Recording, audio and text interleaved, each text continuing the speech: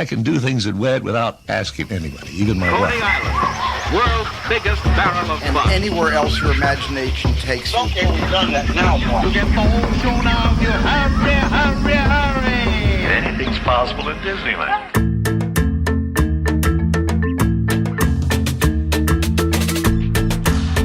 Welcome aboard the Themed Attraction Podcast, where we take you for a ride through the fascinating world of theme park design, that is.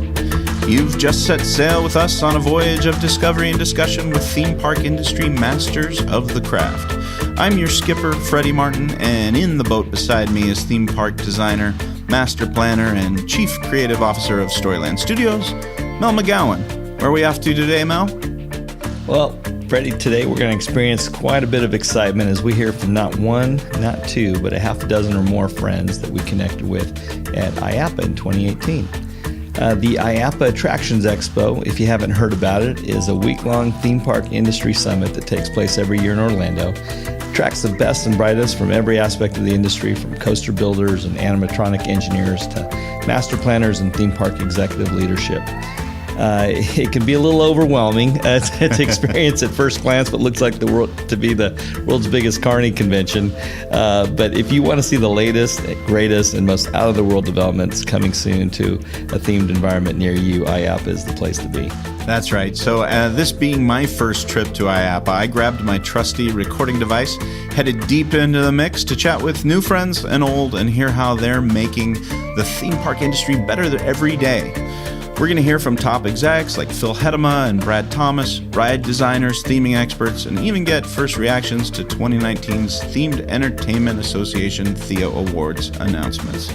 All right, folks, keep your hands, arms, feet, and legs inside the boat, because this episode is about to leave the dock. Hit it, Sam.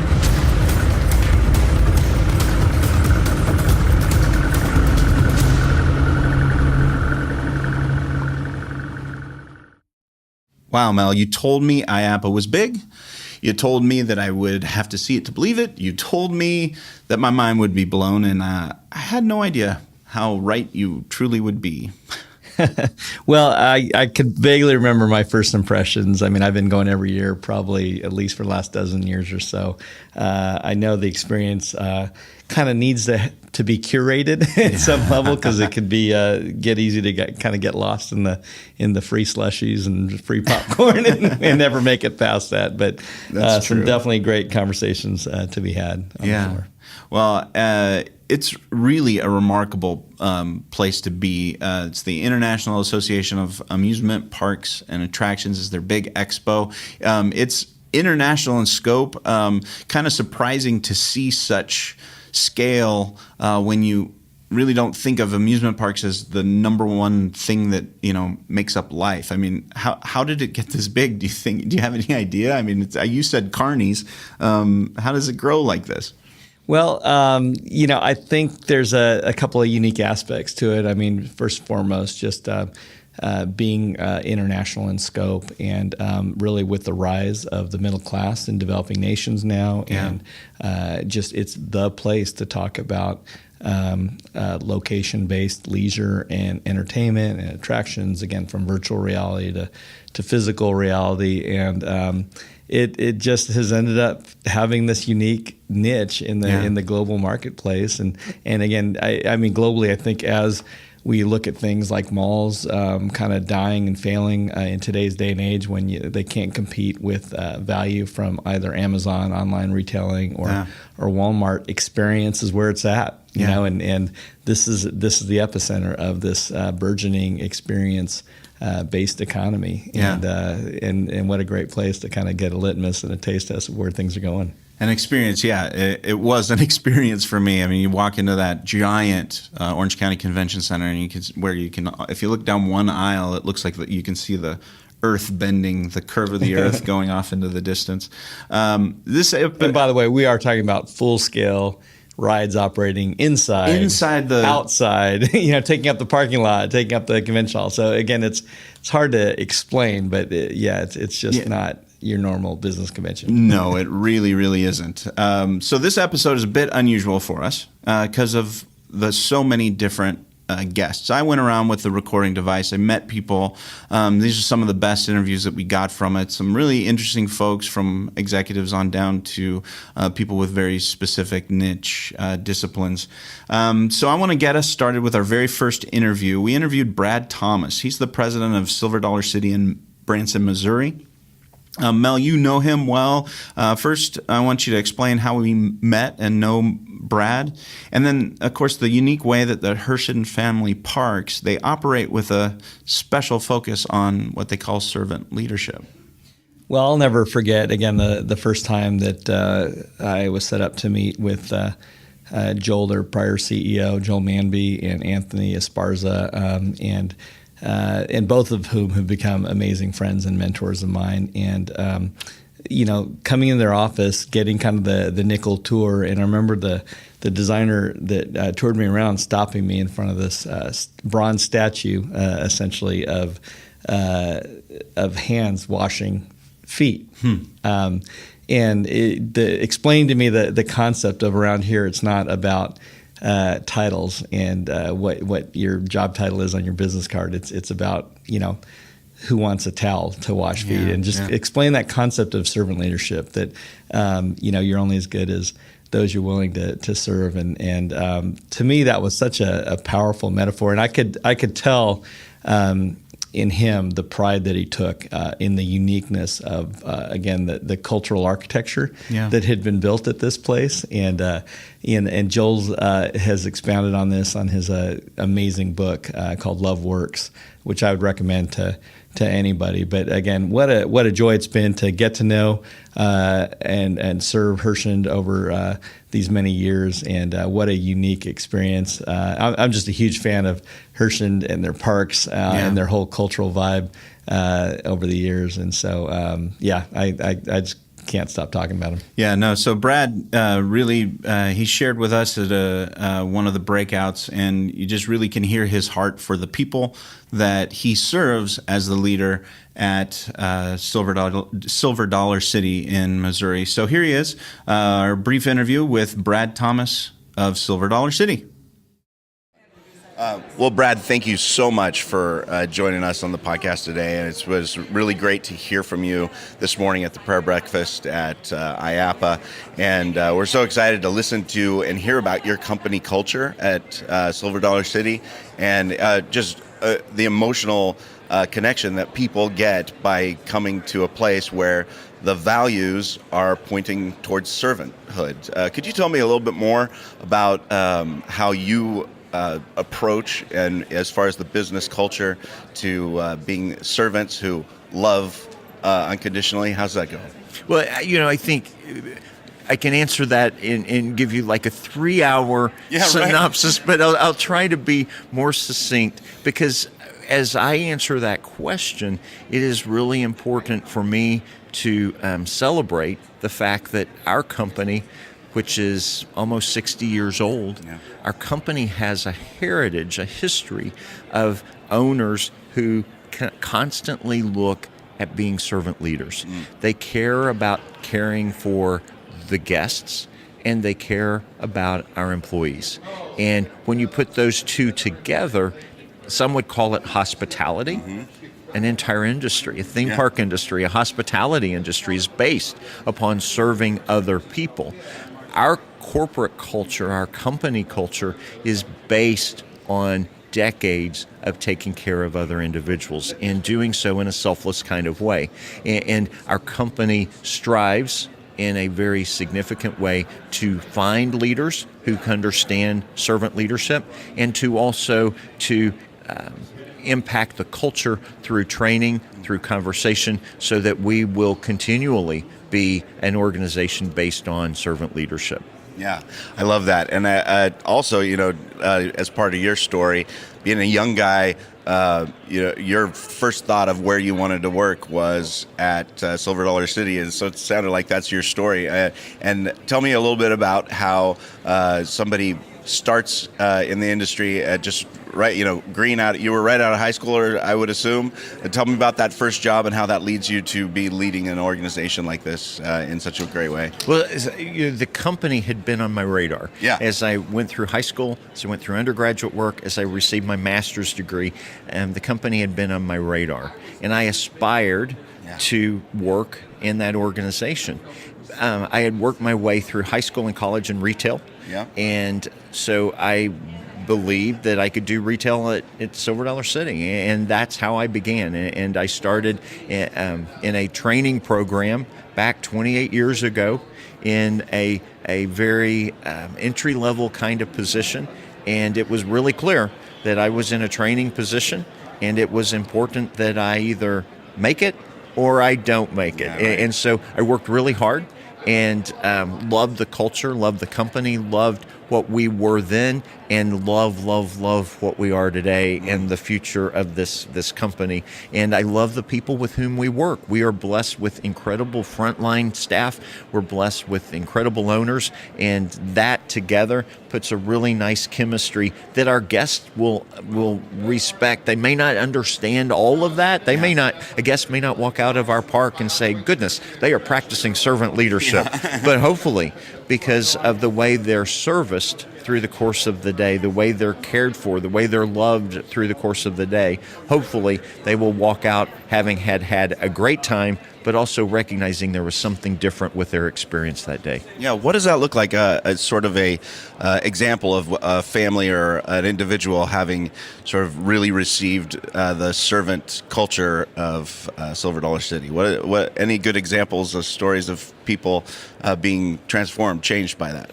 We actually have a book that we have. It's not for sale on Amazon. It's an internal book, but we have a book of stories from every corner of our company that explains moments where our employees did something amazing for each other, or they did something for our guests. And, we're not perfect. There are times that we let someone down. It is never our intent, though. We want to ensure that we're doing whatever we can to care for our guests and to also take care of each other. And that is a culture that is important to keep as we look forward to the next generations. Yeah, that's great. And so a lot of times we'll listen to people talk about how the focus of a theme park is fun, and or the more current culture is to talk about storytelling. We want to have stories that transform, but it sounds like the culture there goes another deeper level as far. It's not just story. It's not just having fun. What is it? I think it's called love and care. And when our employees are at their best, they are loving on our guests. And it could be a guest that has special needs. It could be a guest who is having a great day and life is good for them. But here's what I know. Here's what those in this industry know. Every single person that walks through a theme park's gate has a story. And we may look at each other and think, well, there's the perfect family over there, and everything's all good with them. And boy, wouldn't I aspire to be in their house. Yeah, the kid isn't breaking down and throwing a fit right in the middle of the hot sunny day. Precisely. Or look at them, they have all that money. Yeah, right. Or look at them, they're all healthy. Whatever the case may be, here's what you and I know. There is no perfection. No. And therefore, there are troubles, there are cares, there are concerns. We never know when someone has just learned that they're getting ready to lose their job. We don't know when someone's just learned that someone in that family has a terminal illness, or they did their final chemo treatment, or they just began their chemo treatment. And I don't say that to be a downer. I say that to be very factual and recognize that when someone visits a theme park, certainly a Hershey Park, but any other theme park, they do that to escape the cares of the world. And if we can help them escape and bring their family closer together in times of challenge, oh my goodness, then we've done a good job. Yeah. And that's what we strive for. I wish we could say we do it with 100% accuracy. We do not, but that's what we strive for, and that's what we talk to our employees about, where we just encourage them to take care of every guest, because you don't know what their challenge is. But this we know. Every single person has a challenge. Yeah. That's exciting. So now let us turn to a little bit of fun. So tell me about your favorite attraction, or your favorite place to hang out in Silver Dollar City, so that if somebody wanted to feel like Brad Thomas, they would go to this spot in the park and enjoy it just like you. Well, that is a very difficult question for me. They're all your babies. Well, because it is a special place, and I feel so connected to so many corners of that place. We call Silver Dollar City the city. Yeah. It is themed into an 1880s town in the southern Missouri Ozarks, just 10 minutes from Arkansas. But we just built an attraction that opened in the spring of 2018. It's called Time Traveler. And it is the world's fastest, steepest, and tallest spinning coaster ever constructed. It has 3 inversions. It has immediate, as you leave the station, it has an immediate 10-story vertical drop, and it has 2 launches. It was engineered and built by Mach in Germany, and we opened that this spring, and it has been a blast to watch people literally from all over the United States, and even some international families who have come to Branson and to Silver Dollar City to ride Time Traveler. But here's what I want to then go on and tell you. Everything we do has a storyline. Yeah. Some are factual, some are fictional. This is a fictional. Charles Henry is a clockmaker at Silver Dollar City, and he builds clocks. And as you enter the queue line, first floor, you notice you're in a clock factory. Yeah. As you get to the second floor, you start seeing images where Charles Henry's building something that's a little interesting, like some kind of flying contraption. And by the time you hit the third floor of the queue, you recognize, Charles Henry is building time machines to move forward and backward in time. But the story that I love personally about Charles Henry is this fictional character believes that it's important to dream big and not just settle for doing the mundane. He could be very content to make his money with doing the clocks, but he challenged himself to think bigger and bolder and to do something significant like build these time machines. But he also believed, and he encouraged his employees to inspire others to do things for their communities, to make a difference in their churches and in their schools and in their communities. And his mantra is dream big, do good.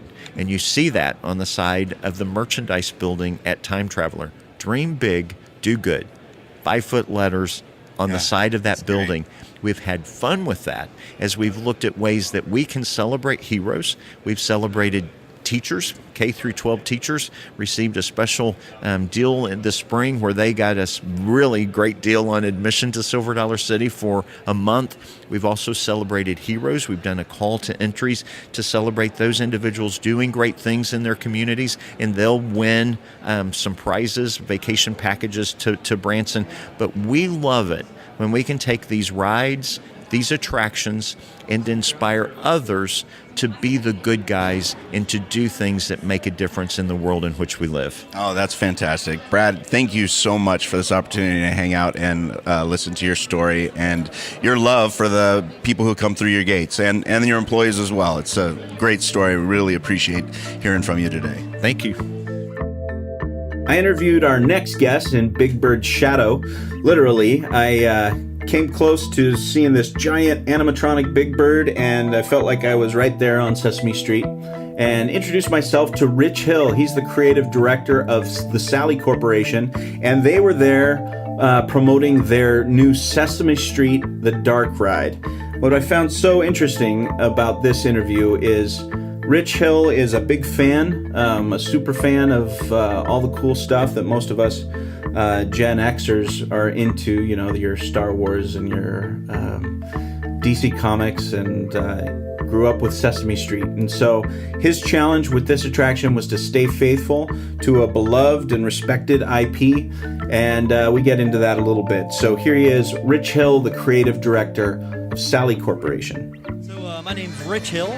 I'm the creative director for Sally Corporation, and we're going to talk about Sesame Street, The Dark Ride. Awesome. Yep. So it's going into Port Aventura, opening next spring. We've been working on the project. I guess we really started talking about this middle of last year. About July of last year, we started talking with the park about it.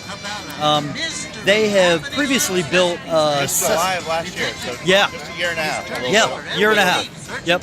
Yeah, that's pretty typical for us. For Sally, it takes us about 14 months of real work to go from concept to opening day. Yeah, great. And so this ride follows right along that same timeline. Okay, cool. It's a little bit fast, I'd say, just because of the high IP brand recognition. Yep, that's right. So everything had to really match. That was one of the things when I started designing the ride. I wanted it to be just like the show. Yeah. I was a huge fan as a kid, and so there have been other interpretations of Sesame Street in the theme park realm. Yep. And they've never lived up to my high expectations of the ride. I just, when I go into a Sesame Street ride, I expect it to be Sesame Street. Yeah, that's I right. want to see the characters in their real fur, their real feathers, Yeah. the real voices, doing the things that they do on Sesame Street. Having their little skits and the fun things that they do, and this was my opportunity to develop that and deliver it. Oh man, I love it.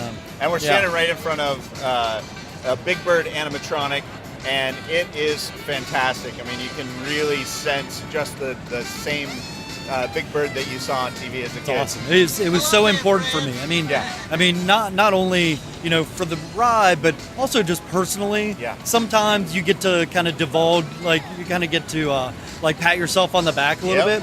So I was like, okay, I want to go to New York and I want to work with all the puppeteers. And so basically, so I wrote the script, I designed the building. I get to design the ride vehicles and all that kind of stuff. Oversee, I'm the lead designer, so what that means is I get to oversee the creative development of the ride. So there's a huge amount of people that have worked on this under me to make that vision come to life. But it all started with me kind of trying to develop what is this ride. Yeah. And so in that process, I got to go to New York and have all the actors act out the entire attraction. I thought it was really important for the direction of the animatronics and the CG and all of the things that go into the ride, for that to come from the puppeteers, not to come from me or from some artist that's sitting behind a desk. Yeah. It was really important for those puppeteers to guide that direction. And so they took the script and they acted it all out on the stage at Sesame Workshop. Yeah. And so we took that, edited it all together so it made sense in the linear format of the ride, and then gave that to all the artists. We said, okay, here's your direction. Yeah. No interpretation needed. Yeah. Have fun doing your creative things, but as far as how these actors perform, this is it. You got Oscar the Grouch, you got Grover and Elmo and Big Bird. All of these characters need to act like how these puppeteers acted. And so then we hired, instead of our internal artists trying to develop all the animatronic characters and going through that process of approvals, we hired Henson Workshop, and so we hired them to build the outsides of the characters, and then when we built the insides of the characters. So they built animatronic forms, and we took those forms and then we built our mechanisms. And then threw those forms away, and then they were building their skins, the fur, the feathers, at Henson Workshop. And they sent them to us. We put them on, made sure everything worked correctly.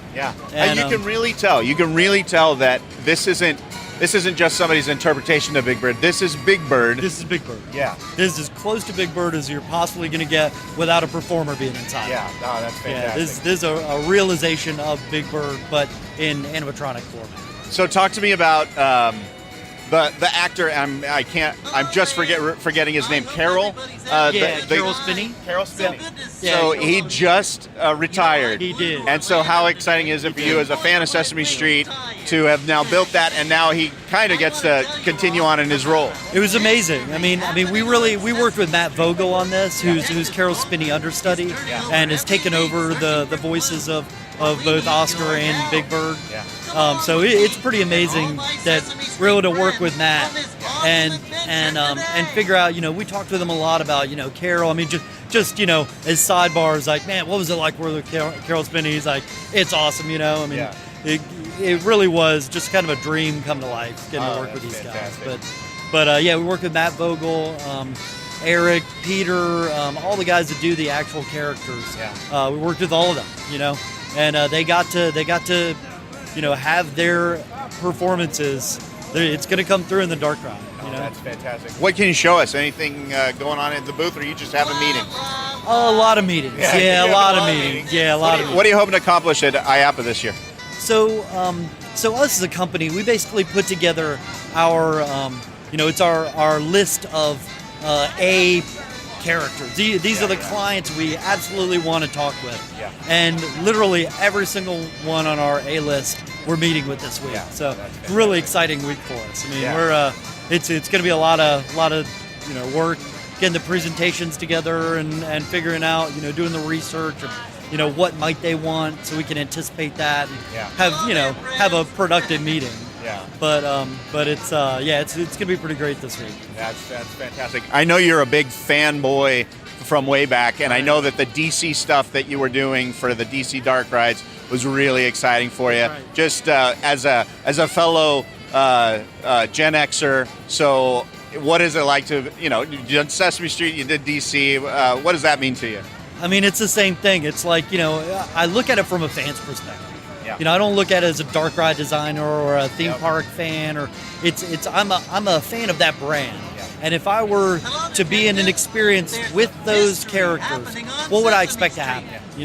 And so I just make that happen. I just do it. I use my dark ride powers, to craft it in such a way that I know the tools and the tricks of the trade that I can make something, make an experience happen. But how do I craft that for that specific brand? That's great. And there's some other brands that we're working with right now that I'm getting to work with that are just, it's like, if I'm not a super fan, by the time the ride's done, I am a super fan because I have to learn. I have to be. So great. So it's a lot of fun. I mean, it's like the best job ever. Basically get as close as you can to these people that are super creative. Yeah. Figure out what makes them tick, and then take their brand to the next level. Well, thank you so much, Rich. This is super to get to talk to you today. Yeah, really great to talk to you guys. So for a first-timer at IAAPA, I was blown away by the wild array of disciplines and expertise on display. Like you said, it was, everybody from attractions builders, filmmakers, illusionists, toy makers, architects, all kinds of artisans. It was just fascinating to see them. And one of the artisans that I ran into was Claire Evans, the president of amaZulu Inc. in Florida. She worked on a pretty special project providing the wicker work that is featured on display inside Pandora at Disney Animal Kingdom. Really fascinating talking to Claire because she helped the Imagineers bring their ideas to life through her ability with handcrafts. You won't believe the story. It's great. Okay, so I'm with Claire Evans of amaZulu Incorporated. They make some amazing... Well, tell me about the stuff that you make for themed attractions. All right. Hi, Freddy. The type of things that we do is really all pretty unique. We bring it from all villages around the world to a central location here in Claremont. We're based here because of the theme parks. It's a natural place for us to be. And it's all products that you're not going to be able to find at your Lowe's or Home Depot, things like that. So what we really specialize in is the thatch materials. Now, thatch is that lovely shaggy roof that you get. We either have a palm thatch or a reed thatch. Our eucalyptus poles, which come in from Africa, they're just really unique. They are hardwood. You can find it all at Disney Animal Kingdom. It's full of it. And then, of course, our bamboo. Now, there's tons of bamboo out in the world. We just bring in construction-grade bamboo. So that's really the basis. That's the base product. And then our speciality, what we do above all that, is that we listen to our customers' designs. And we take their designs, we give it to our artisans, and they create the wonders of the world. So we use other people's designs, but we bring it to life. That's fantastic. And you were telling me earlier about what you did as part of the Pandora expansion at Animal Kingdom, and especially in using the thatch and they're helping them to tell their story in an authentic way. Tell me more about that. It was, to me, that is my best project we've done. It was the most exciting project. We had the Imagineers come through the warehouse, and it was like a playground for them. They were looking at bamboo, and I was just sitting back and just watching them take over, and they were saying, all right, we need your bamboo now to look like asparagus. Can you do that? And of course I was saying, yes, we can. And then we were moving on to the next thing. And I was showing them little detailed rope, and they're like, Claire, no, think about it. The Pandorians had these large blue hands. They can't do the detail. Start thinking like a Pandorian. And I was like, of course I must start doing that. So just hearing the excitement in their voice and watching them put this all together, it was just an amazing, amazing experience. That is so cool. And then you also work really hard to be authentic with your work. Tell me about what you've had to learn over the years of doing this to make thatching and all that you do looks so authentic. It's there's no university degree that could possibly teach you this at all. It's really just listening to the customer. When I started in this business 18 years ago, it was all natural thatch. That's all we knew. And it really was the likes of the Universals and the Disneys that said, we love the product, but we can't maintain it. Every year we're changing it out because it's meant to look new all the time, So we started then bringing in the synthetic thatches, and it's taken this time to really perfect it. And my litmus test was going to them the one time and saying, all right, guys, I think I've got it. And they said to me, wait, we told you we wanted synthetic. We didn't want natural. And I said, touch it. And they touched it, and I was like, oh my God, you kidding me? This has really come to life. That is so cool. Yeah, it's been a learning experience, but I love it. I love working in this industry. All right, so tell us about what your company is and does, so that, what's the commercial? How can people get a hold of you? All right, our company is called amaZulu, and we have a website, amazuluinc.com. Don't forget the ink. And you can reach us. We're open 5 days a week, and we've got a wonderful big warehouse here in Claremont, so come in and have a look. Oh, fantastic. Thank you so much, Claire, for your time. This is awesome. Wonderful. Thank you, Freddy. Another thing we see a lot of at IAAPA are design companies that are focused on servicing the smaller regional parks or family fun centers. If all you think about for theme parks are the big places, you're thinking wrong, because there are plenty of smaller parks, smaller attractions around the country, around the world that need great design. And so Nate Naverson is the owner of themedattraction.com, and he grabbed the microphone and went out to meet some people that he knew, and ran into Dan Sawatzky of Imagination Corporation in British Columbia. They're a family-owned and operated business that helps those smaller parks, regional parks, family fun centers, etc., to help them raise the bar. And once you get to hearing Dan Sawatzky, you can hear the passion he has for doing so for so many families in places not near the big parks and resorts. Check it out. We're talking to Dan Sawatzky from Imagination Corporation, and you're just telling about your passion. Yeah, my passion is we're a small company, we're a regional company, and so our passion is to deal with small parks, small owners who are extremely passionate. They've invested their life into their projects, and helping them develop an original IP, because they have no chance of buying a big IP. Of course, yeah. They would spend more on IP than they would spend on their entire park. Right. But every park in every region has a story, so let's tell that story in an exceptional way and start small, and over time create a bigger and bigger theme that can be as good as the big guys, as good as Disney or as good as Universal, just on a smaller scale. Yeah, and I was talking do you know Mel McGowan? A friend of mine, he helps do the theme attraction thing, but also Plain Joe Studios in LA. Anyway, we were talking about how just, with some of our friends at SeaWorld, how they just really have had a problem where they can't afford the big international the IPs, like Disney and Universal, and so they're falling behind as well. So what's the strategy? But even in a park like that, they can tell stories that give out the message they want to tell about conservation and about. Every animal that they've cared for has a story. So let's elaborate and embellish to create that message. I mean, I would love to work for a park. I mean, that's a bigger park. Yeah. But let's start in one area and doing exceptionally well. As good a quality, as good as, in the theming. And that's what we do. That's Right. what I'm passionate about. That's what I've spent the last 40 years doing. Right. And this company, 26 years developing how that. do you approach that when you've got a small park? Someone who's. I mean, how do you get them to first of all tell their story and then also develop that IP for them? What's the approach typically? Typically, I mean, I want to hear a spark of a story, not necessarily tell all fleshed out, and then let me do the research or let our team do the research, and then start doing ideas. And every customer that we have, when they come to us, if you come to me as a park owner, you have a preconceived idea and a preconceived story based on your experience. Sure, yeah. I bring 40 years of experience from a difference, and now let's blend those and tell your story in a very unique way. I just gave a talk here at IAAPA, and for instance, my customer came and said, we want to do pirates, and my head sank. Is like, oh no, not that. Again, everybody does it, and everybody does it the same, and not especially well. But what happens if we take that story, okay, it was a Caribbean park, it should be about pirates. Sure. That's what pirates were. Yeah. But let's tell the true version. Sure. And the true version. And everything else. No. True pirates, the best pirates of all were Gruffles. They weren't human, they weren't animals, they were somewhere in the middle.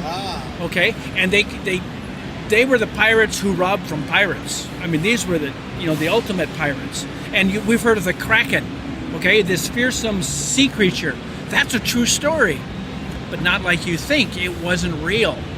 It was a mechanical submarine who destroyed these wooden boats, because the Krakens were very inventive, far ahead of their time with steam technology and iron and forging, and so we created a Kraken. What does a wooden and iron Kraken look like that these Kraken or these Gruffles would build? Well, I know, and so we drew it and presented to the owner. They went, oh, this is cool. Instead of developing one character, we developed 16 characters. There was Cookie, who was this wonderful green monster guy, and he was in charge of the food. Now imagine what you can do for story if you got this wonderful green guy he was missing a hand.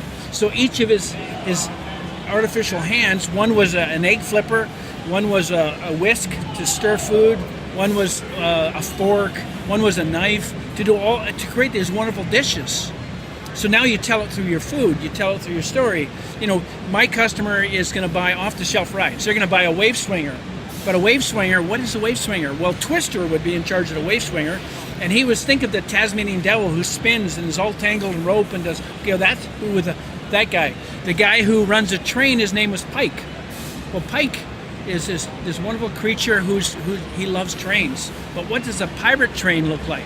Not like a regular train. It has to be special. So we created. That's how you tell a story. Is you tell the same old story that everybody else is telling, but you tell it in a whole different way, and then you put the very best artwork to that, and we can rival. We can do what Disney does, just as creatively. I mean, I had a chance to work at Disney. I turned them down. Why? Is because I don't want to work for this massive company. I want to make a huge difference on a small scale, all over the place. So that's what we do. Interesting. Yeah. Now, Barry, by the way, is writing a book on regional parks. Cool. So I got some great ones for you. I feel like you guys, you need to be talking to each other. And I can show you the concept art. How did it come about? I mean, the Imagineering book that we all love. Sure, yeah. I can show you that on a smaller scale, and provide all the artwork for it. And a park in Trinidad, a park in Cultus Lake, British Columbia. You never heard of this park? I think it's the best park in Canada. Maybe bigger than that on that scale. Your book just got larger. I mean, we worked for Mall of America and did the theme park, the mini golf upstairs based on the logging. We've worked for West Edmonton Mall, where we created a whole mini golf around that. And I mean, the story there, Disney sued West Edmonton Mall because they used the name Fantasyland, very unoriginal theme. Disney already did it super well. So now it became, I can't even remember the name of the park. The character's name was Cosmo. It was Galaxyland. And so we did a 5-acre indoor theme park, Jetsons meet Flintstones, with this unique twist, and told that story visually all through the park. And we had 5 years to do it, because that was the terms of the settlement agreement. We had 5 years to redo this. Largely off-the-shelf rides, adding a whole new theme to it. And it was 5 acres indoors. Took us 5 years to do it. So, I mean, we got lots of great projects that we've done. Yeah. And then Again, smaller regional parks. You even ran your own, was it Family Entertainment Center? No, it's a regional park? I've been frustrated. I've been frustrated my entire life with park owners who always have budgets. I mean those evil people, you know. How dare they? So how dare they? And we could never go 100%. So we could go 80%. Sometimes we'll get up to 90%, but I've never had a customer go 100. So about every 10 years, we have to do a project for ourselves, where we start at the back gate and we start working. We get to the front gate, and I'll tell you what the budget was, and it's stupid. But that is a good investment, because you got a park that's so much better. I mean, our current project is this one here, the Hazelnut Inn. We've all heard of themed hotels. No, you haven't. You've seen lightly themed hotels. This is going to set a new standard in the industry. Not large, only 3 rooms, but they're going to be booked for 10 years ahead, because there's nothing like it. It's going to set a new standard in the industry. That's where my heart is here's the bar, let's go there. You know, if as a small owner you can only go 10% this year, then let's do 10%. It's going to make the rest of your park look like you need me next year, and I'm okay with that. So do you see a growing interest in story and theme? Absolutely. I mean, Disney has done marvels for the industry. Universal is now stepping up to that level, but it leaves the little guys who look like a parking lot with rides. What do? Well, we can do it, just on a small scale.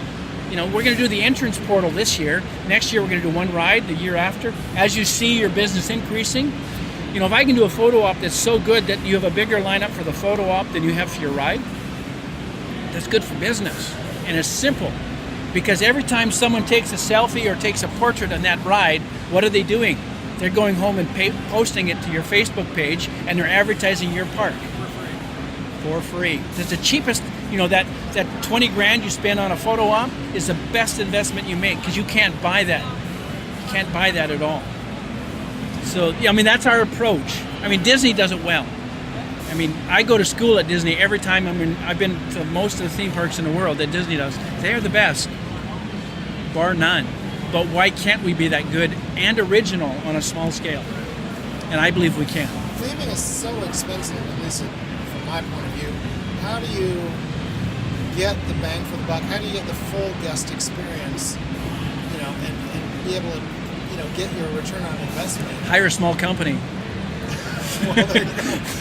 That's really good. And there are that good companies. And you got to do it sensibly. I mean, if I oversell to a customer and they fail, that makes me look like a turkey. Sure, yeah. Is I don't do that.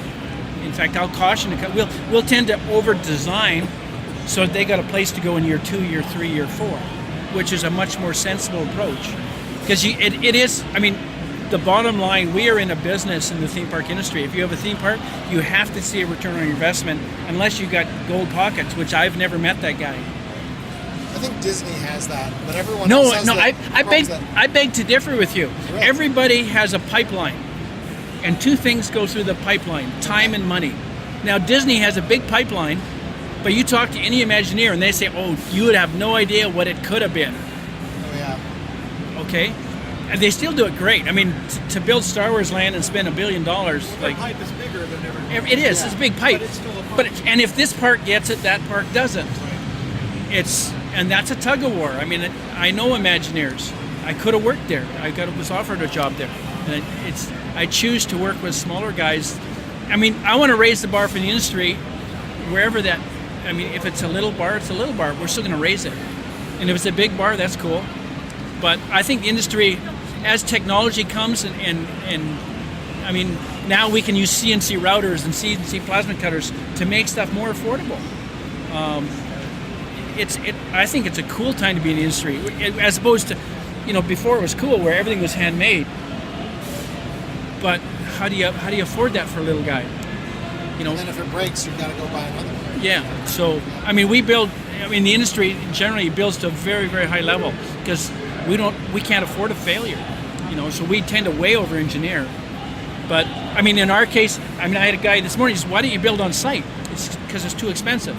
We build in our studio in the off season when the weather's horrible, and then we can especially with CNC and stuff, so everything fits together perfectly, and then put it all in pallets or in containers, ship it, and sometimes I go to the site, sometimes I don't need to, and it assembles flawlessly. And then encourage them, okay, now spend a little bit more money on landscaping and things that soften the edges and all that stuff.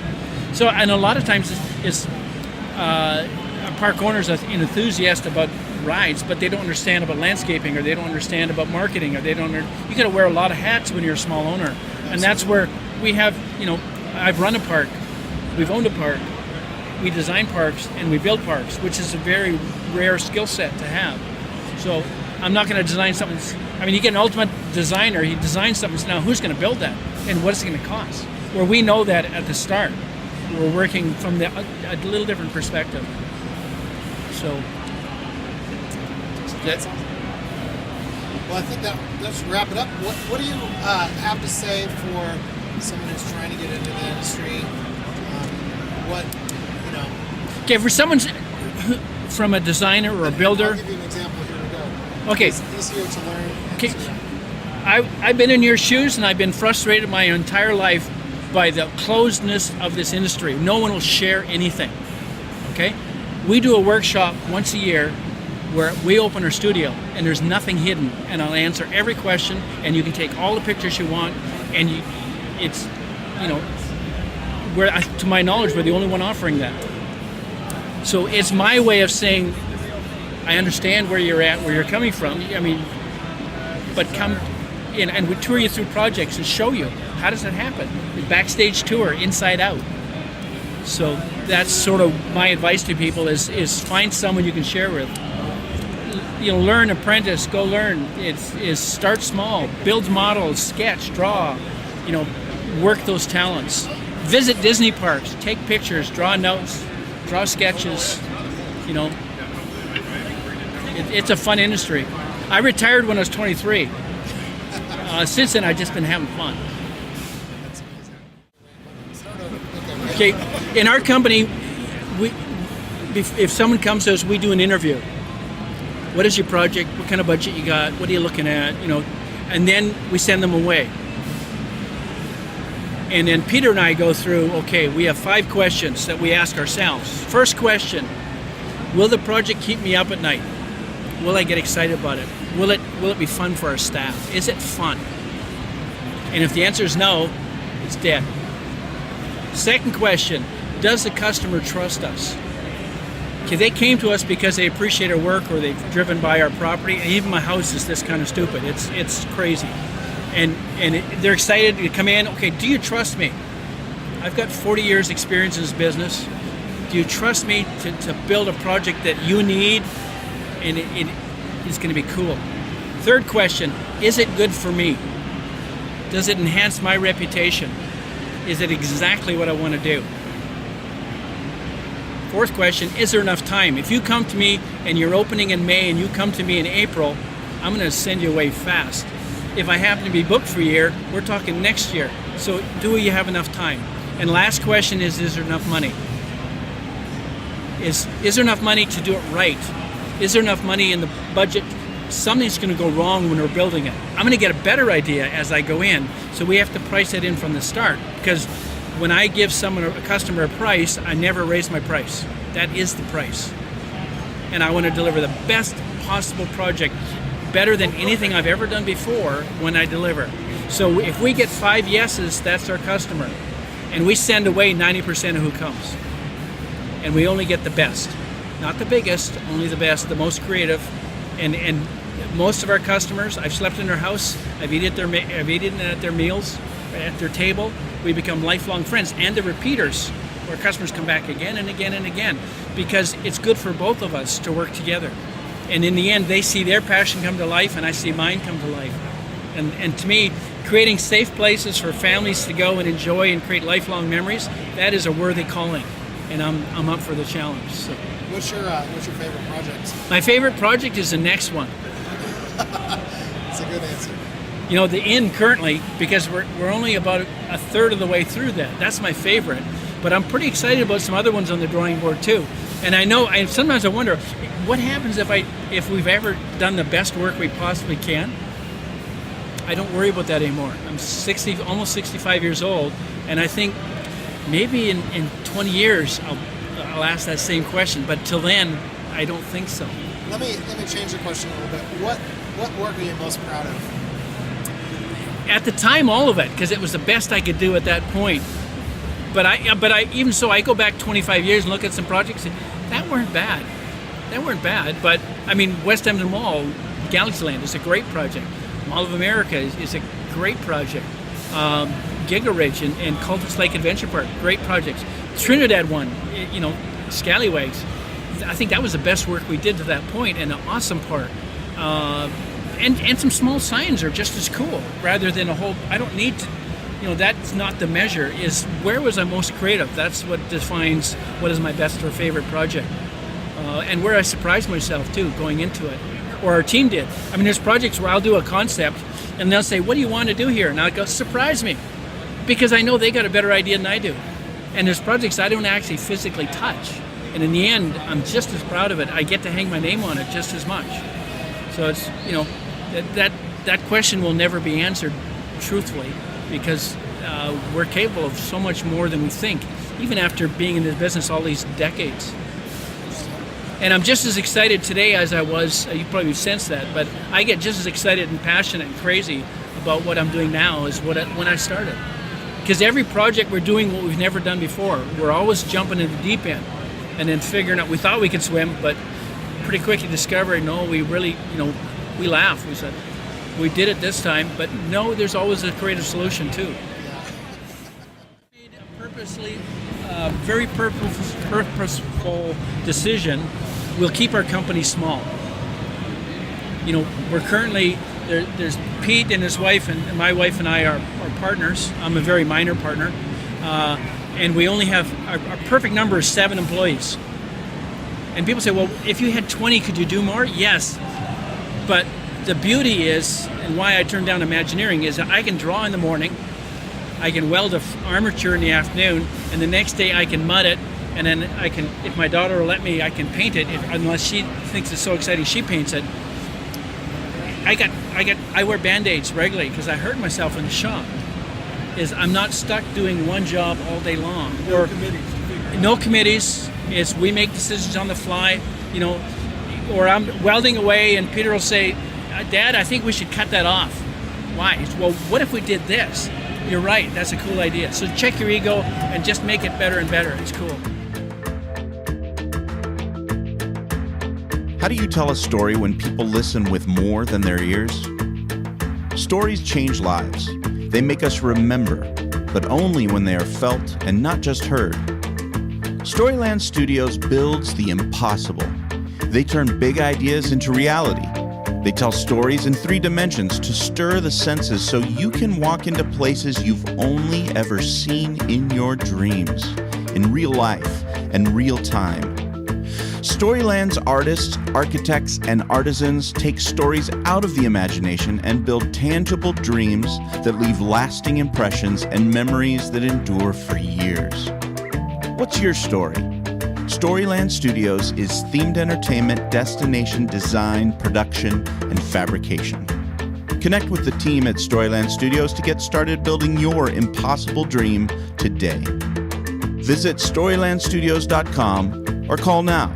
800-218-1932. That's 800-218-1932. Storyland Studios, your big ideas' best ally. One of the things I was most excited about was to be at IAAPA for the announcement of the Themed Entertainment Association THEA Award nominees for 2019. Now, I was at the THEAs in 2018 and really was blown away by the way that this industry honors its own for their creative achievements and the amazing different ways that museums, attractions, regional parks, and the like are really honored among the people in this industry, just held up with high esteem, and that sort of brings a great sense of community for the industry. So it was really cool to see them announce the new honorees for the Theas in April, coming up in April. And the first person I tracked down was Michael Mercadante, the International Board President of the Themed Entertainment Association. And I got a hold of him and asked him what he's thinking, what he's excited about for this year's Thea Awards. And just then, I finished talking to Michael and turned around, and there was Phil Hettema. Last year, he was the Buzz Price Award recipient, and now he was here to hear about the amazing slate of projects, including the nomination of Mark Woodbury for the 2019 Buzz Price Award.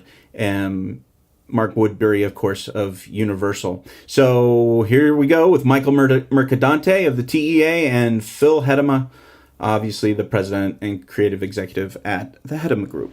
Hi, I'm with Michael Mercadante at IAAPA right now. They just announced the TEA Thea Awards, and we're so excited to hear about that. Michael, tell us some of the awards that you're excited about this year. So this is our 25th year, and we're giving awards to visitor experiences that really excel, and I'm looking for my list so I can remember. I guess I'll go off the top of my head. So Volcano Bay here in Orlando, a lot of projects around the world. We had a handful in China. In Japan, there's a digital museum that's been awarded, and I've seen in many presentations this week. Also, the George Washington, George Washington site in Virginia, and I'm sorry I can't remember the official name of that. And just a handful of places all over the country where visitors are experiencing great attractions. Yeah, I was excited too about the Thea Classic with Dollywood. Oh yes, absolutely, Dollywood, and then Mark Woodbury, who is our Buzz Price Lifetime Achievement Award winner. Here, let me see if I can remember any others now that I got the list out. So, and the Tech Award goes to Intel for their Shooting Star drone. We had Lego House in Denmark, and we had Justice League at Magic Mountain in California. Yes, the Sally guys.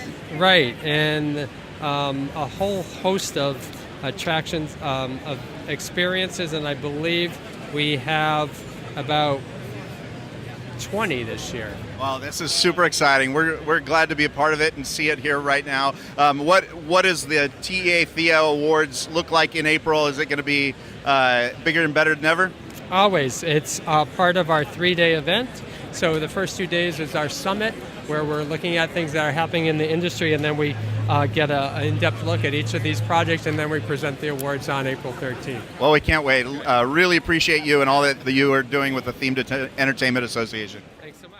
So I'm with Phil Hettema of the Hettema Group. Super excited about, he was the Buzz Price Award winner last year, and then now this year announcements just came in.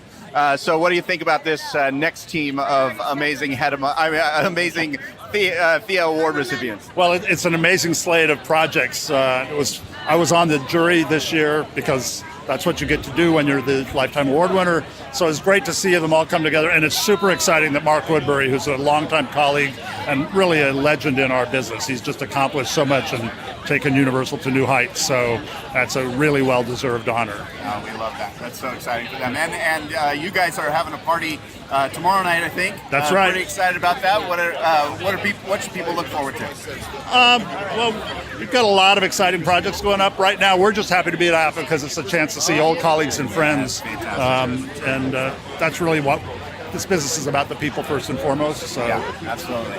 Well, we love you guys. We love everything that you've done, especially some of the work that you've done. Last year you told me about the work that you did for the World War II thing, and that the reason why you liked it so much was because it had something to do with your father, and that's just wonderful. And we're working on a new project, a new show for the World War II Museum. That'll be the last piece of their master plan that we're incredibly excited about. And that'll open in a couple of years. So. Okay, looking forward to that. Thank you, Phil. Thanks, Freddy. All right, we're going to close out our IAAPA episode with one of my favorite moments at the convention. I met up with a friend, Trevor Tuttle. He's from the Bureau of Story Art. really great company, and he introduced me to a surprising guest for the show, 16-year-old Memphis Grace MacPherson. She's a next-gen themed entertainment up-and-comer. She is a firecracker, as you'll notice here, just really full of energy, full of hope, and full of ideas for the mark that she's going to make on the themed entertainment industry. So I just brought them both together for one interview. We're going to talk about the excitement of joining into this industry, which is an exciting industry to be in the first place. And we're going to hear from both a veteran and a next gen, hear how Trevor got into the industry, and then hear right here on the cusp of her own career how a next gen approaches this great task of getting into the theme entertainment industry. All right, check this out. I think you'll like it.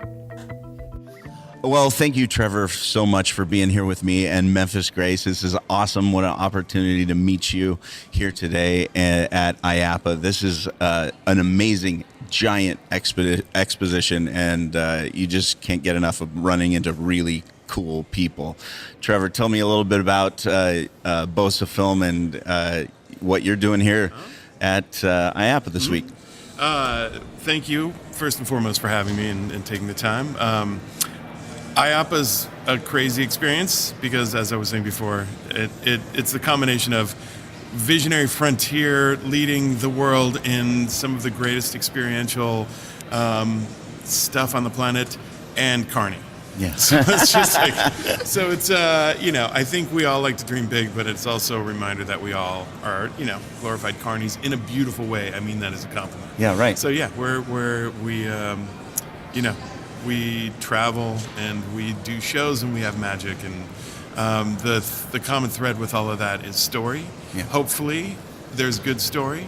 Story is what connects human beings to an experience. Story is what gives a static, just process and emotion. Yeah. And I think it's, story's been the way we've made sense of the world as human beings. So for me, since I was a little kid, I've been very passionate about story. And I've taken many different forms with story as a sculptor for Lucas, which was one of my first jobs out of college, into a lot of the forefront of virtual production and pre-visualization, and really getting a lot of the modern processes of virtual production on its feet. Again, this is all just ways of taking a series of ideas and thoughts and pages of a script and wrapping visual form in it and starting to create that human connection through story. So in short, my studio is BOSA, which is Bureau of Story Art. We're a visual design studio. Again, we take ideas, we take concepts, we take visions, we take abstractions, and we put visual form to them. We're very heavy with the art department. Previs and TechViz and virtual production is probably our biggest tool. Yeah. But it really is just in service of being able to tell a story more efficiently and much better. Somebody just gave me a quote on the floor from, was it Lee Iacocca perhaps? But basically said, quality design is the most important part of an experience. Yeah. And I completely agree that. I think if you get everything in place, if the script is good, if the design is good, then it can stand to go through a natural process, which will be hundreds, if not thousands, of fabricators and people trying to get something together. If you have a strong, concrete, well-told story that's emotional, engaging, just excites the human experience. Yeah. Then I think all of that can fall into place. So my passion is we have a boutique studio in Hollywood, California, that is steeped very deep in filmmakers and storytellers and visual designers. And our passion is to design the best story experience possible before it goes off to get crunched up in the machine and hopefully, come out the other side with some of that intact. Yeah, I want to hit on some of that with you in a minute about the great storytellers you've gotten to work with, the great stories and properties that you've been able to work with. But you said something there about starting off when you were really young, and that is a fantastic transition to our other guest. Memphis, how old are you? I'm 16. Yeah, so Memphis made her way to IAAPA because she is passionate about theming and telling stories through immersive entertainment. And I wanted to, Trevor introduced us and said she would make a great podcast guest, and I think we're in for a treat. So tell me why you came out to IAAPA and maybe how you ended up just popping your way all the way out here. So since the age of 3, I knew this is what I want to do. I'm going to be a theme park designer. That's what I tell my mom. That's what I tell anyone who asks me. So one day I realized I have to make this happen somehow. So I started talking with this guy who I met at a convention, and he just so happened to know a ton about theme parks. So he invited me out to LA to meet a few people, including someone called Forbes Cavendish. And he gave me a pass to IAAPA, and so ever since that moment, I've been coming to IAAPA. It's my 3rd IAAPA now. That's fantastic. And what are you seeing here so far that's getting your inspiration ramping up?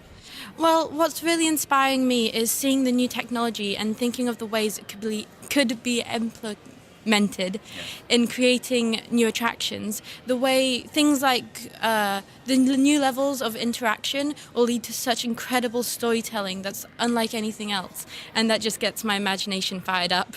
Oh, that's fantastic. Totally exactly how I felt when I was creating my first little mini amusement parks inside my house. What did you start off first creating to sort of stretch your legs in the creative zone, giving people experiences? I would make what I like to call clay kingdoms. Okay. So I'd make little theme parks entirely out of clay, and like make little roller coasters and things. And I'd make my favorite rides, and I'd cover the entire floor in like these little worlds, and it would be so much fun. Oh my goodness, you're right after my own heart. I was creating a jungle cruise in the planter outside my house, outside the front door, and of course a haunted house inside the garage, where I stick my kid's sister down into the washing machine with a sheet over her so she could pop out and scare people. Yeah, that's how I started. So your story, Trevor, is really fun, and how you sort of made your way into Lucasfilm. Will you tell that story a little bit? Sure. Yeah, it's interesting. I knew about the age of 7 that I was really interested in filmmaking. It's been filmmaking for me, and themed entertainment has been a newer, last 3 or 4 years. But again, it's an evolution of the experience of storytelling. So right. It makes complete sense.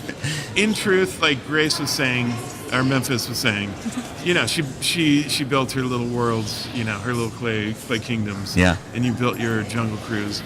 I would build models and blow them up. Yeah. I had little firecrackers, but for the most part, that was all the model making that I kind of did. I could build furniture and stuff like that, but I'd never really built models. But I just loved that world and knew that there was a place for me there. So for me, getting a job as a floor sweep was probably the best thing that could have happened. Because at first, being a college graduate, sweeping floors and making coffee. At first, I didn't scoff at all, but it was really no pay in terms of living. But I quickly learned a couple of things. One, I could sweep the floor really well. Yeah. And number 2, I'm doing something that other people don't want to do. 3, I don't know how many numbers there are, by the way, but 3. I became a human being because I was actually working around people. Oh, what are you working on? Oh, wow, that's cool. So I could actually see what people are actually doing. Yeah. And then they would say, oh, check this out. And then the segue became pretty natural because they would say, oh, come in. Why don't you cut out all these little pieces? Yeah. And they saw me more as a human being, or as Trevor, than as somebody that was brought in from the union that's an artist that's being paid, but they really don't know what they're doing. So I think I would have probably come in and been weeded out pretty quick because I just had no formal training in, so I would go on to teach, a lot of, I've taught a lot of kids through the years, university level and others, but I always say it's better to be the janitor in the building you want to be in than to be the president of the building you don't want to be in. Yeah. So find what you want to do and just start getting in there. And I think that I've seen people just completely berate or just undermine like kind of floor sweeping work. Yeah, right. But that's actually the godsend. Yeah. Because you can get in there and you can actually shine in something people don't want to do, and then people see you as somebody that's dedicated to the team. Yeah, and because you are on the team, you have the access, and that could be a worthwhile beginning first step that leads to relationship. I mean, that's really what you had was relationship with people. Yeah. All of this, every single piece is. None of the jobs any of us want are going to be advertised on Craigslist. Yeah. Nothing. That's right. And the people that hire have no interest in even announcing that the job exists because they're too busy. Like anyone that's worth that truly is good at what they do is going to need someone when they're busy, and the last thing they're going to want to do is put together an ad and so it really becomes relationship. Yeah. And I realized this recently that at my studio, I tend to hire the people that touched base in the last week and a half. Yeah. And I learned something very valuable from Mark Anderson, who now had taken the helm of the model shop. When I went there, he couldn't hire me on the spot, but he said to me, keep in touch, you won't bother me.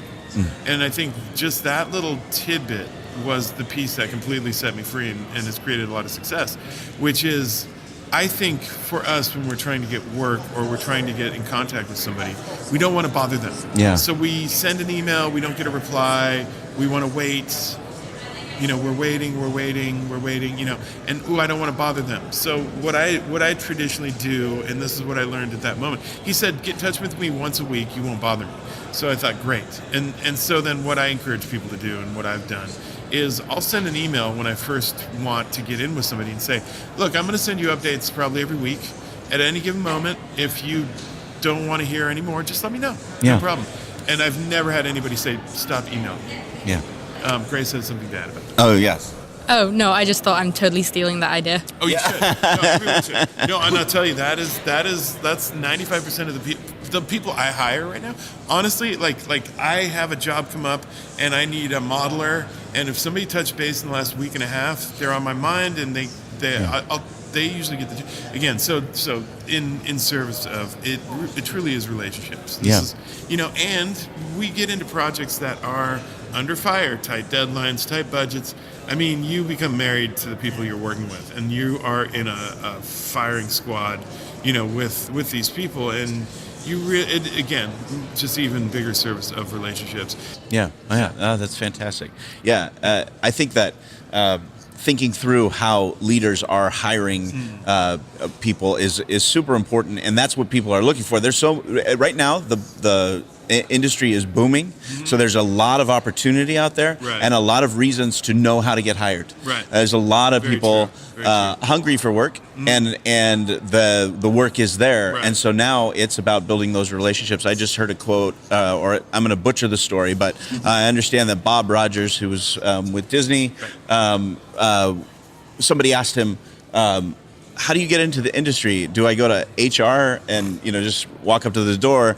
And they said, yeah, that's the last place you want to really start. That's where they want to funnel you. But he said that this industry is more like a wall, and there's an industry inside that wall, and every once in a while a hole opens up in that wall, and it's based on relationship, it's based on certain talents, it's based on certain being right there at the right time, and then that wall, that person passes through into the industry and it closes up again. That hole never to be opened again, because it was 100% unique to the people involved and the relationships that were built there. And I think that's sort of a lot of the stories that I'm hearing. It's your story. Seems sometimes you gotta also point out the hole, because people don't see it. Yeah. Like to the people, and basically go, look, you know what? I'm seeing what you guys are doing. I'm thinking where I went to school. There were 10 people for every good job. No, there's probably 100 students for every good job. And working in the record store was the best job. Yeah. And that's where I wanted to work. And so they were interviewing, and they'd talk to probably like 100 people. Just for one little minimum wage job, but it was the best job in town. So I finished the interview, and I just looked around and I said, hey, I noticed like your signage is kind of weak. Would you mind if I just made a couple signs for you while I'm waiting for your answer on who you're going to hire? And she was like, sure. She's not going to stop free help, Right. And so I made a few signs, and I got the job. Yeah. Again, that's you're sort of illuminating. You don't want to go in and say, your company's got a big hole in it. Yeah, exactly. Because nobody likes to know it all. However, if you see where you want to be, and you can see an opportunity to actually just do something and show off your skills, I think just know what you want, and just really figure. I guess if there is a general theme to all of this, it's figure out your uniqueness and how to show that. For me, it was building a sculptural posable puppet, dressing up like a delivery guy, and then at the parties for ILM, you sit and you share stories with other people about how did you get in here. Oh, this one guy built a 12-foot costume of like Lothar, this like battle axe wielding creature, and he put it on and showed up outside the door and just knocked. Oh, that's great. And he found the door too. Like again, that hole in the wall is a door that sometimes you have to get in a taxi to find. Yeah, that's right. It's not, so yeah, I think if you're trying to enter a clever field, it's good to show that you're clever. Yeah. That's interesting. That kind of makes me wonder about you. So as you've gotten, you get closer and closer to the industry. Yeah. Trevor's talking about the idea that it's going to take time. Oh, yeah. You're not going to walk in the door and suddenly get your dream design job. It's going to take some time to learn and build towards that. So have you thought about your path, where you think you're going to head? And I think this is an exciting time for some people to hear how one person is so passionate about this that she's ready to launch into a life that begins, today at this IAAPA. So my path has been incredibly difficult and different, and it's so unique. It actually, when I originally met this guy, it just started. I just saw something about VR and started talking with the nearest guy about VR and theme parks, and he was like, "Oh, well, come to LA. I'm working in VR. I'm working in theme parks. Come out. I'll show you. I'll introduce you to people." And so when that happened, I realized that I'm going to want to find a lot of little different holes. I'm not going to just find my one big hole and jump in it and be in. I'm going to have to snake around, because I want to be in the theme park industry. What does that mean? Do I want to design costumes? Do I want to write scripts? Do I want to do the tech? Do I want to do coding? So what my path I've decided to choose now is I'm just going around and trying to get into all these different things. Like, I just got invited to go to China to see a factory that makes inflatables. I'm going to be... I love this. That's a hole in the Great Wall. I just sit down at a bench and talk with these guys who have a theme park in construction, and I'm like, hey, can I come and help you guys finish it? I'm just trying to find all these little holes so I can get a taste of all the different pies, so I can find which one I'm addicted to. Yeah, it's so funny that you said that. I mean, in the 15 minutes that we've known each other, I told you where I work, and you said, "Oh, I'd love to. Can you tell me about any internships there?" I mean, that's the kind of brilliant, just going for it attitude that we're seeing in you, and I wish you all the best. That's fantastic. I'm just grateful to you guys for taking the time today to talk story, to talk about the industry, both from now veteran status to the very young next generation coming in and being the next spark for the future. So thank you guys. Thank you, Trevor. It's my pleasure. Thank you, Freddy. And thank you very much. It was my pleasure too. Thank you so much. And I hope to have you guys on again, and it'll be very fun very soon. I can't wait to ride your first attraction. So that's going to be the best. Thank you. All right. Thanks, guys. So that was IAAPA 2018, at least from my perspective.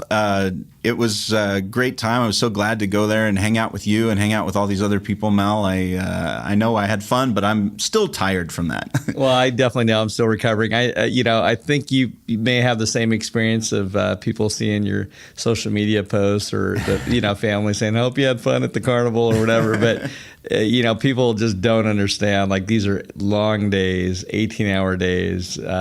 The puppies, the dogs are barking, man. The feet are hurting. Yeah. I mean, emotionally, it can be kind of draining. But again, so worthwhile, and it wouldn't miss that kind of family reunion every year. Yeah.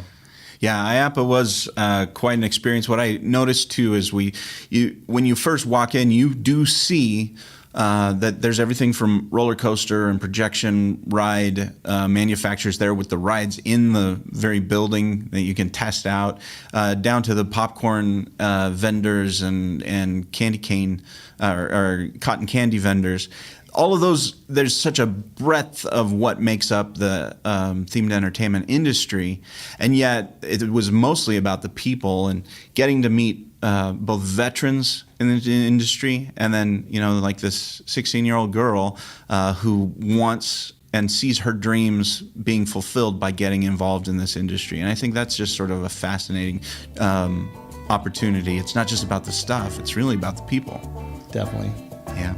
Well, we learned a lot. The water's getting high here, Mel, and the diesel's getting low, so it's time to get back to the dock. What do you say we head on back? Let's do it. All right. Until the river calls again. Thanks, Mel. The Themed Attraction Podcast is hosted by Freddy Martin and Mel McGowan. Leave us a review on iTunes Podcasts and share the show with your friends. We'd really appreciate it.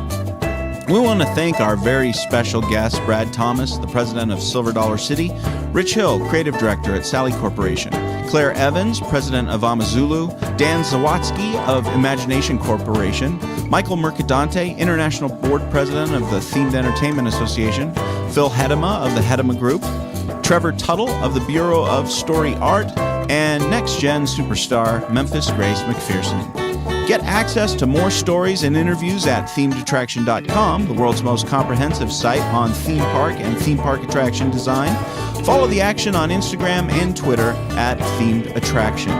Connect with Mel by email via mel@storylandstudios.com or follow him on Twitter at Mel McGowan and Instagram at Visioneer.